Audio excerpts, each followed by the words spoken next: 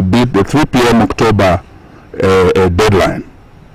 The name of Dr. Koki Muli was formally forwarded to the Parliamentary Service Commission the same day.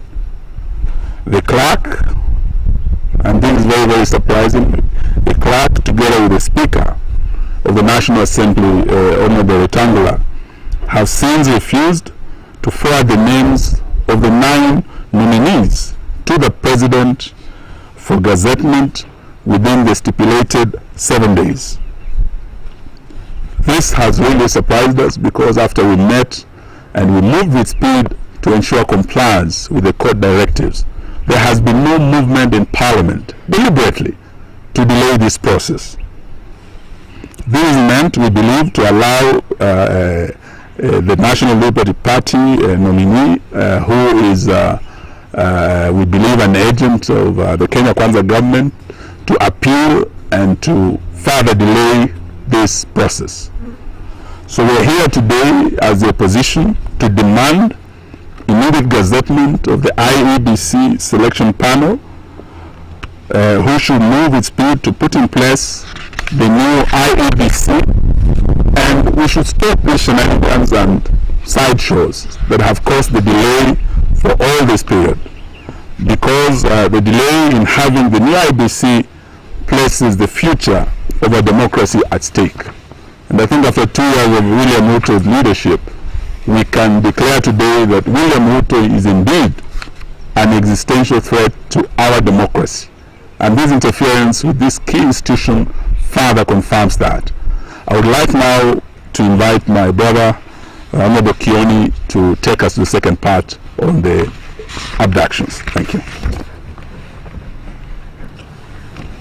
Thank you. As indicated by my colleague, the next issue that we would want to address is the issue of police phone spying, state-sponsored abductions, hijackings, and extrajudicial killings.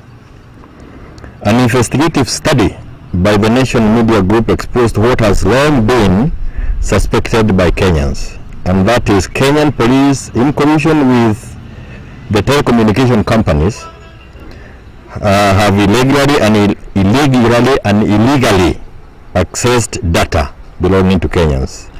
This is the most blatant example to date that the Kenya Kwanza government has captured all our state institutions. The Constitution of Kenya Chapter 4, the Bill of Rights, Part 2, and Rights and Fundamental Freedoms, and Article 31 on privacy, specifically states that every Kenyan has the right to privacy, which includes right to have their person, human and property searched. Every person has the right to privacy, which includes the right not to have their person, home or property searched, their possessions seized, information relating to their family or private affairs unnecessarily required or refused, or the privacy of the communication infringed. Further, the Data Protection Act of 2019 gives effect to Article 31C and D of the Constitution and provides for the protection of personal data by requiring organizations to obtain consent from individuals before collecting, using, or disclosing their personal information. It also gives individuals the right to access, correct, and delete their personal information. The law applies to data controllers, data processors, including government agencies, internet service providers, and even the supermarkets. Despite constitutional protections, that these illegally obtained records have been used to track down, harass, threaten, abduct, and support extrajudicial killings of Kenyans seen to be anti-Kenya Kwanza regime and its leaders. We condemn all telecommunication companies, including Safaricom, Airtel, and Telecom Kenya, as well as any mobile network operators, for illegally providing location records and data to security agents. Please be aware that you too will be held criminally culpable and responsible for for the harassment of Kenyans and abductions and the extrajudicial killings. I will now invite our leader, our official opposition leader, and the leader of the People's Opposition. How far have you gone up to here? Fellow Kenyans. Oh, fellow Kenyans. Oh, fellow Kenyans, the significant increase in arbitrary arrests, enforced disappearances, torture, and extrajudicial killings should be deeply of concern not only to law-abiding Kenyans, but also the international community and our development partners. If it was not clear before, the release of an investigative report, the lifting of the fog, or lawyers say lifting the veil, reviews of the Kenya Police Service motto of utumishi kwa wote, quote unquote, or service to all, quote unquote, has been substituted by utumishi kwa Kenya Kwanza, Kenya Kwanza, quote unquote. Since June, the Kenya National Commission on Human Rights and the Police Reforms Working Group have reported 23 murders, 34 forcibly vanished individuals, and 164 arrests, including those of Bob Njagi, Aslam Longton, and Jamil Longton, who were kidnapped in Kitengela and released after 1 month. Denzel Omondi, a JKU art student, who was among the demonstrators who stormed the parliament on June 25th, was abducted 2 days later. 9 days later, his tortured body was discovered floating in a Georgia quarry. John Njuguna Kuria, a civic educationist based in West Pokot, was reported missing for 12 days before his mangled body was discovered discarded. Over the past 3 days, Maverick Aoko and Boniface Mwangi have been kidnapped from their houses. After being freed, Mwangi was accused of inciting others. It's still not clear where Ms. Aoko is. The most alarming is that public mortuaries in Thika and Nairobi are requesting court orders to dispose 201 unclaimed dead bodies that the police have dropped off in the past year. Joining the growing international condemnation, the Independent Medical Legal Unit, IMLU, and the World Organization Against Torture, OMCT, have denounced this regime for gross human rights violations that amount to apparent breaches of international humanitarian treaties that Kenya has ratified, especially the International Covenant on Civil and Political Rights and the Conventions Against Torture and Enforced Disappearances.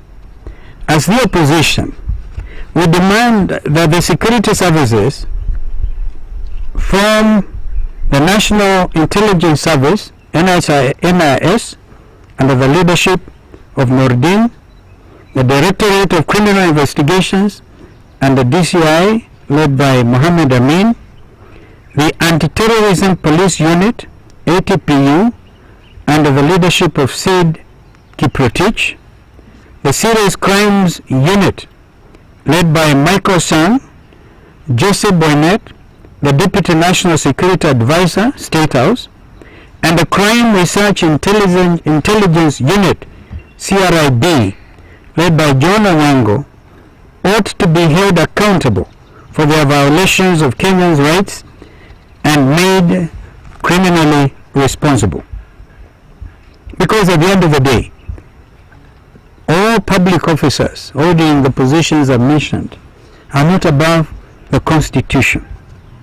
Furthermore, their immediate superiors, the Inspector General of the Kenya Police and the Minister for Interior and National Administration, should be held accountable for overseeing a service that has gone rogue, with a focus on serving the interests of a few political elite at the expense of Kenyan security. However, it is our contention that the President of the Republic of Kenya carries the biggest responsibility for police phone spying, state-sponsored abductions, hijackings, and extrajudicial killings. Despite overwhelming evidence, including that of the Deputy President, Mr. Rigathi Gachagua, during the impeachment trial, Mr. Ruto continues to claim that he is not aware of any such incidents. Ruto further says that these abductions, extrajudicial killings, are fake news and propaganda that is hurting our nation. We want to make it clear to Mr. Ruto that it is actually his thought out efforts to revert Kenya to a police state that are hurting our nation and our nation's image, locally and abroad. The buck stops with him. Mr. Ruto should resign with immediate effect for violating his oath of office to be faithful and bear true allegiance to the public, to the Republic of Kenya, and that he would obey, preserve, and protect this Constitution of Kenya. That was the oath of office.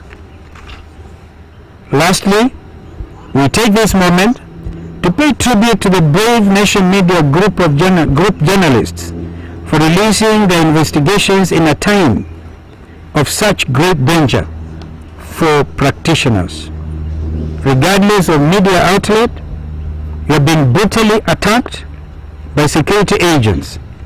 We understand the equipments have been illegally confiscated. We know that a fair number of you have been taken to court and gag orders issued stopping you from publishing on certain topics, organizations, or personalities. Nonetheless, you steadfastly adhere to the Kenyan Code of Conduct for the practice of journalism. By doing so, you have demonstrated that the fundamental yearning for democratic liberties, including access to honest and fact-based news, will never be destroyed, even by the most brutal dictatorship. Thank you very much, and may God bless our country, Kenya. I just need to probably highlight here, just as what is happening in the country with a living example. Regard to disenfranchising Kenyans, the people of Banisa in the northeast and the people of Magarini, for example, have been waiting. I think it's going to the second year, probably over 3 years. I have here, for example, Mr. Samuel Kombenzai. Why don't you stand here? Mr. Samuel Kombenzai has been waiting to run for the by-election in Magarini on a Wiper ticket, which is an Azimio ticket. But there's nothing happening. What instead we're witnessing is procrastination, attempts to say, because the most illogical thing I've heard in the last 24 hours is a statement by my friend Weta saying that they want first of all to dispense with the Gachagua hearings before he can forward the names of the 9 nominees to President Ruto to Gazette. Because he said if we send out, as we acted expeditiously, as my colleague has mentioned, then he said time would have started running.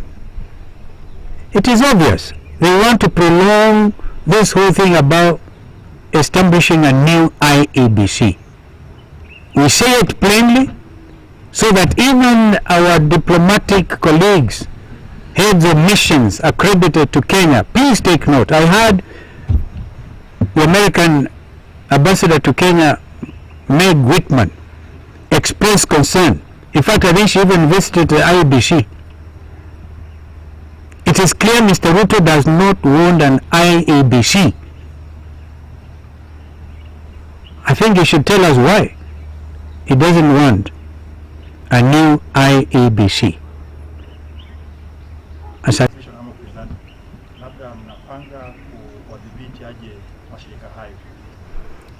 Wenyewe wajidhibiti, sababu usipojidhibiti basi itakuwa ngumu sana. Nakushukuru kwa swali lako.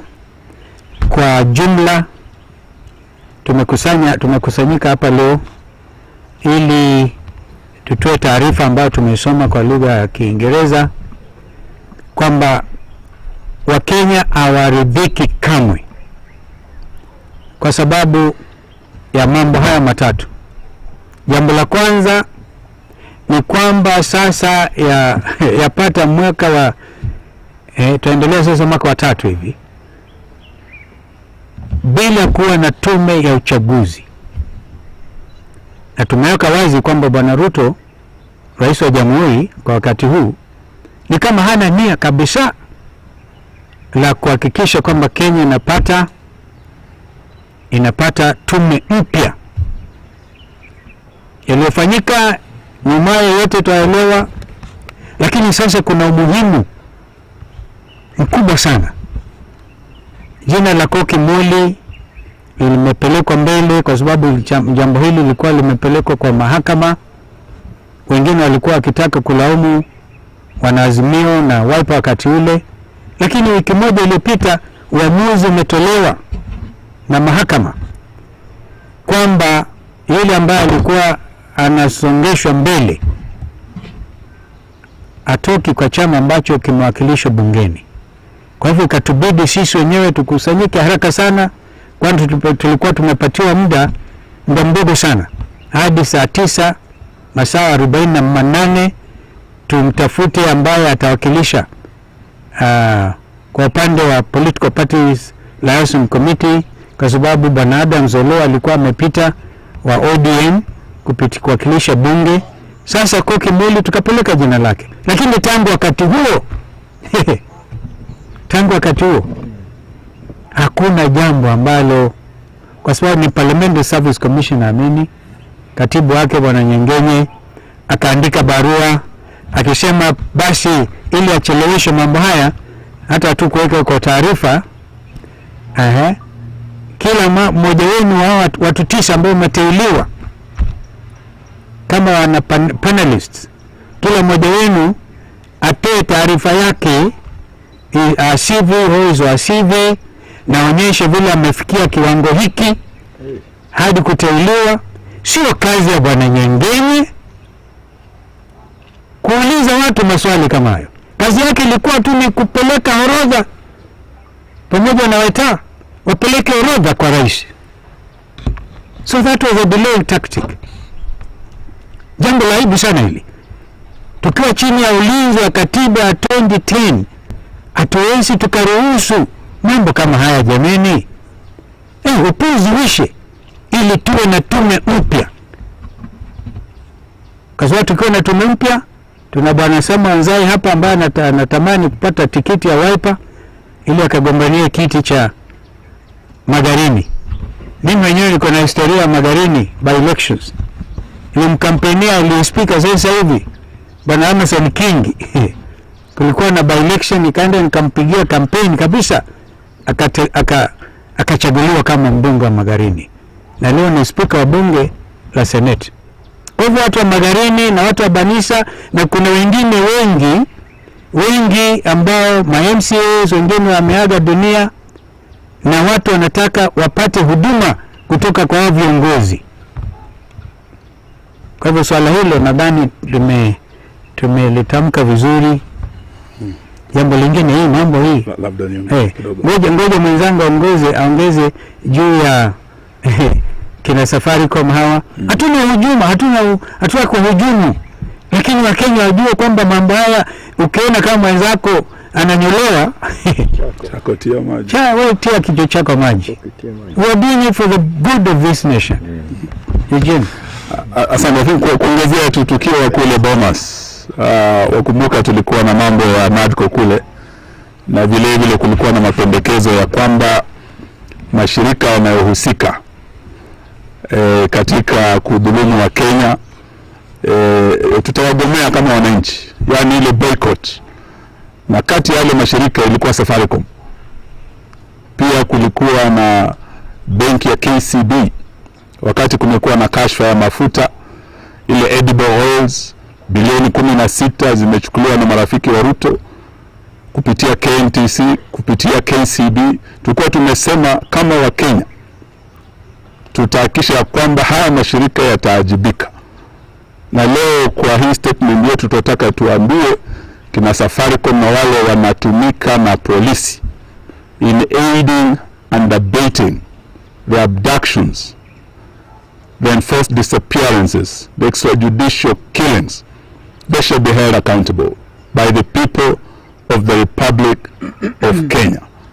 Wale watoto ambao walikuwa na simu wakiingia bungeni wakiwa na maji na bendera, ile teknolojia ya Safaricom ilitumika kuweza kupata watoto hawa wengi. Kufika sasa wameuawa na hii serikali, na sio Kenya tu, nchi jirani ya Tanzania. Juzi tumesikia kiongozi wa upinzani Tundu Lissu kule walitumia teknolojia kumtafuta alipokuwa, na akafanyiwa yale madhambi ambayo alitaka kuuawa.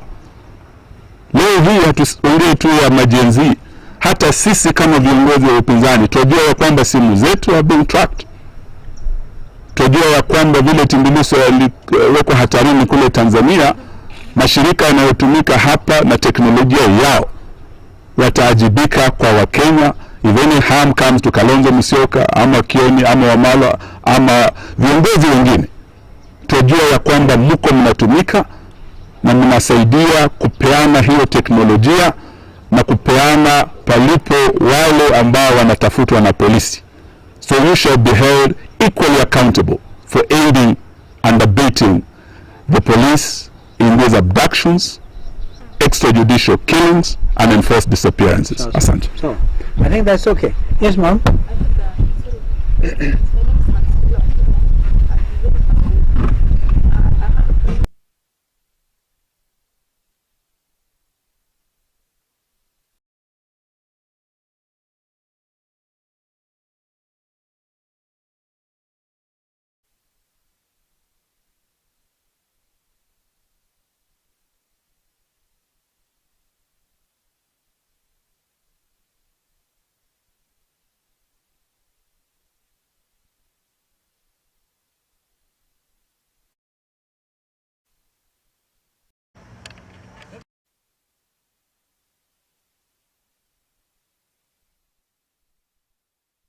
We must remind ourselves that this is it's a lawful situation under Article 37, the right to demonstrate, to picket.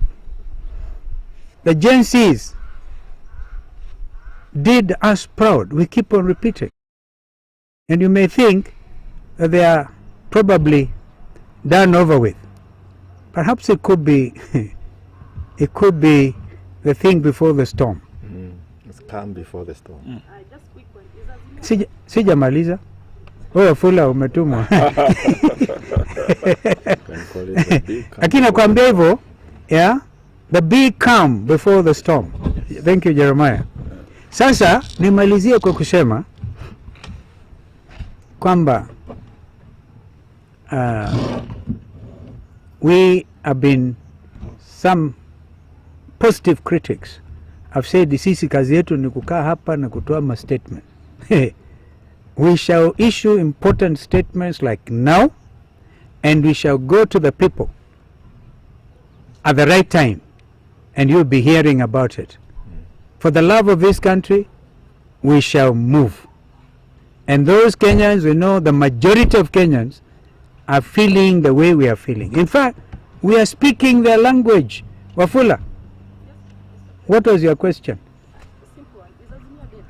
What do you think? Well, as we speak. Kioni can deal with No, Kioni, I know Jeremiah. I know Jeremiah will bury it now. All right? We have certain things to do. We are very decent people. This two gentlemen here, that's why I don't want to give them the floor.